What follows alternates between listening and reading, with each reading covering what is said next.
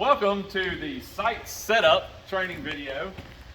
We're going to show how to unload the trailer and set everything up with our basic site setup. So the first thing we're going to do is pull the pack out stacks out of the trailer, and then we'll bring them inside and set them up. You can just roll them down the ramp without having to use any extra dollies or anything. Just make sure it doesn't get caught and yank a wheel off inside that strap. The next thing we're going to do is unstrap this dolly.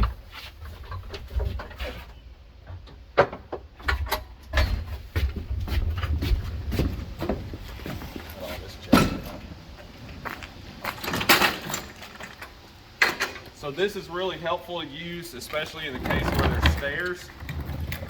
Grab it from the back side, and we've put these blocks under the dolly so that there's not a lot of room to have to tip it. So you can just grab it right here, pull it back. If you're going upstairs, it's always a good idea to use two people because they're really heavy. Some person can get on the bottom and pull up as you're pulling it up the stairs. When you have the pack outs positioned where you want in the house, it's going to be a different place on every job site. We usually just lock down these front wheels so that they don't scoot around on you. And that way when you're getting in drawers and everything, it's not going to slide around. When we're setting up the saw area, the main thing that we're going to want to do first is set up the saw stand. This is a little block that goes in here to keep the saw stand from flipping out. So when this gets removed, you just stick it in one of these areas, make sure that doesn't get lost. You can roll it out of the top like this, and there's a handle here on the bottom that you grab it with. Now when you're setting the saw up, you want to make sure that when you set it up, you push these little buttons, that unlocks the legs, and then the leg comes up like this. Pushing the button, unlock, it snaps in place. Then we flip it over. We want to make sure that the labels are facing toward you. So we're going to have the saw pointing outside. So I'm going to spin this around. And the reason we do that is the orientation of these little slides are pushed to this side. And that's why it matters which direction that you put the saw stand.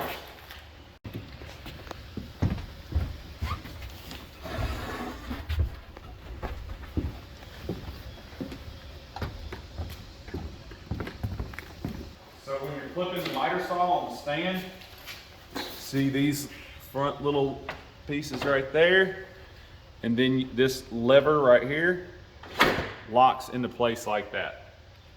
And make sure that both sides are locked on, because sometimes it's easy to get one side clipped and one side not.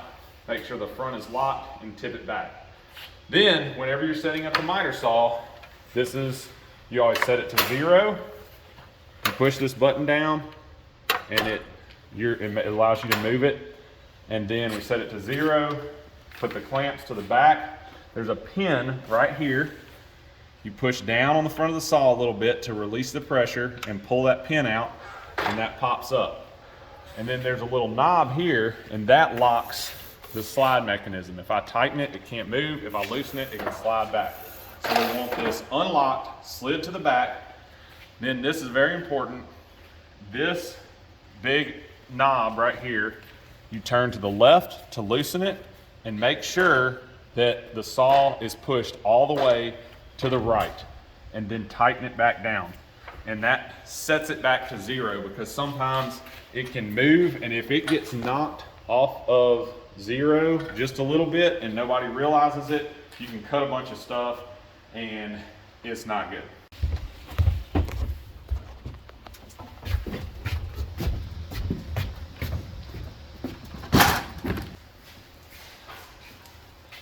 Next we'll put the table saw running perpendicular to the miter saw, and that is so that all our material flows the same direction. I typically cut from left to right and then run material through the table saw this way. So we set the table saw up perpendicular about this far from the corner, and make sure that you go ahead and raise the blade up. And make sure that this also is set to 0 by loosening this lever, pushing it over, and this indicator should show 0 degrees right there. Next, we're going to grab our work table. You can grab this all together in one trip.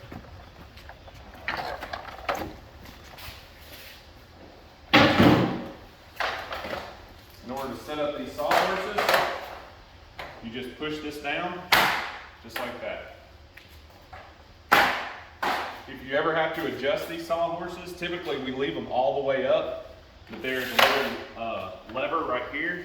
You push down and it adjusts. There's one on each leg, and it allows these to adjust up and down vertically. Typically we leave them full height.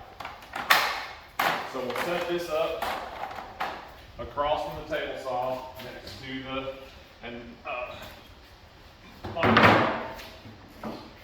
so now we kind of have a U-shaped work area. We can set stuff here, cut it, work, and also come over here and cut as we need to. Next we'll grab the vacuum and go ahead and grab the trash cans while we're at it. That was interesting. Now, we'll set the vacuum right here in the corner.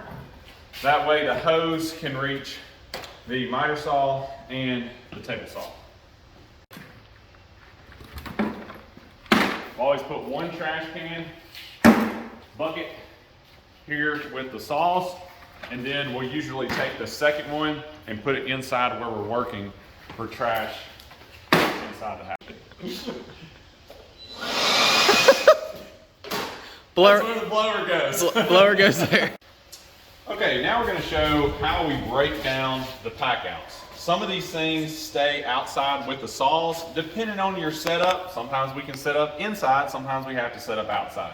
Things that go with the saws are hoses, skill saw, and this is batteries, may or may not be outside. So we'll show you how we hook up the hoses.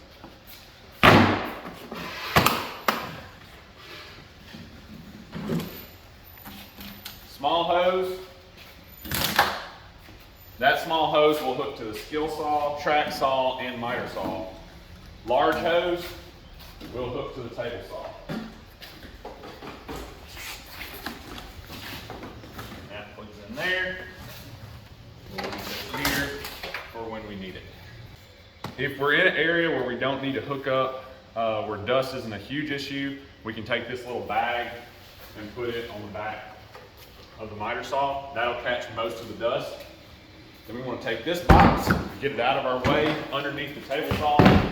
Is a great spot. Next thing we're going to do is set up our batteries and plug everything in here. So we just let those live in the corner. Sometimes if you're in a finished house, you can plug these directly into the wall. In this case, we're going to say that we have an extension cord here. We plug in this 5-way. We're going to plug in the vacuum and the table saw to this, and then we're going to plug in the battery chargers right here. So one of the jobs of a level run apprentice is to always make sure that the batteries are charged. How to check them is you push this little button. If there's 3 lights, it's fully charged. So whenever you set this up, you double check the batteries and kind of check them periodically throughout the day. If people ask you to swap a battery out, make sure they're charged, and they just snap in, and that light will flash red when it's plugged in. This is the Milwaukee charger. It charges these little small batteries right here, snaps in there, and also this big Milwaukee battery snaps in here. This double charger will charge the 60-volt batteries and the 20-volt batteries. This small charger will also charge all of these, as well as the 12-volt laser battery. This charger will not charge a 12-volt battery. This charger is the only one that will charge the 12-volt battery on the laser, so that's important to know. These two boxes, if you're working inside the house and the saw setup is inside with the table and everything, they can live right underneath the sawhorses. So we can unpack them inside the steel saw box. Just pull the steel saw off, set it right there, and slide right underneath inside the shim box. This is the bag of shims that we'll carry around with us as we're installing cabinets. Can set there, that can slide underneath. This will be the lead installer's work bag. Whoever is driving the van has this Milwaukee bag that clips to the pack outs. So this is going to go inside to wherever they're working. We have the pack out vacuum will also be inside in our work area. And this is a first aid kit, and we're going to leave this just close to wherever our work location is. In this case, we'll just set it over here now, and we just need to keep it in a good area to access. We'll always open up the top screw box. This stays on top of this pack out stack, so we can access the screws. Go ahead and unlatch this one as well.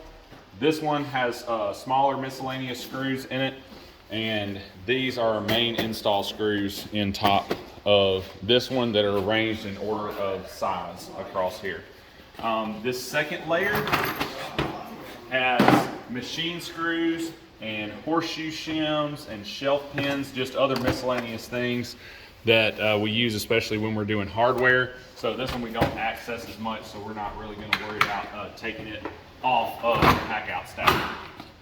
Go ahead and unlatch these bars here. You push down on the top, that pops out, slides underneath. This just locks the drawers so they don't open up. And that's how it's set up. Basic run through of what's in the pack outs. We have everything's labeled here on the front. So we have our basic stud finders, gauge blocks, and tape, Allen wrenches and stuff in that drawer. All of our bits and hole saws are in the second drawer. This is touch-up, fast caps, and our Milwaukee lights, some extra Sharpies, erasers, and some dust masks there. Down here is kind of our main cutting tools that we use on site: jigsaw, multi-tool, and rotozip. And then we have the nail gun that lives down here with a little bit of touch-up. Some nails. These are Collins clamps for clamping corners, and these are some spare bits, blades and bits for the rotozip and multi-tool that live down here because there wasn't room for them in that drawer. Down here is caulk and glue. We have the caulk gun, some extra wood glue, and some 2P10 activator right there. This drawer has our laser and the pocket hole Kreg jig, and the bottom drawer is cordless router, cordless sander, hot glue gun, a suction cup, and our router bits right there. So when we're doing laser setup, just take the tripod off of the back of the dolly, open that up, take the laser out of the drawer. This big hole right here is what this stud is going to screw into. Be careful not to drop it. Screw that on, and then you can just set that wherever you're fixing to do layout, and the lead installer will adjust it to whatever it needs to be adjusted to.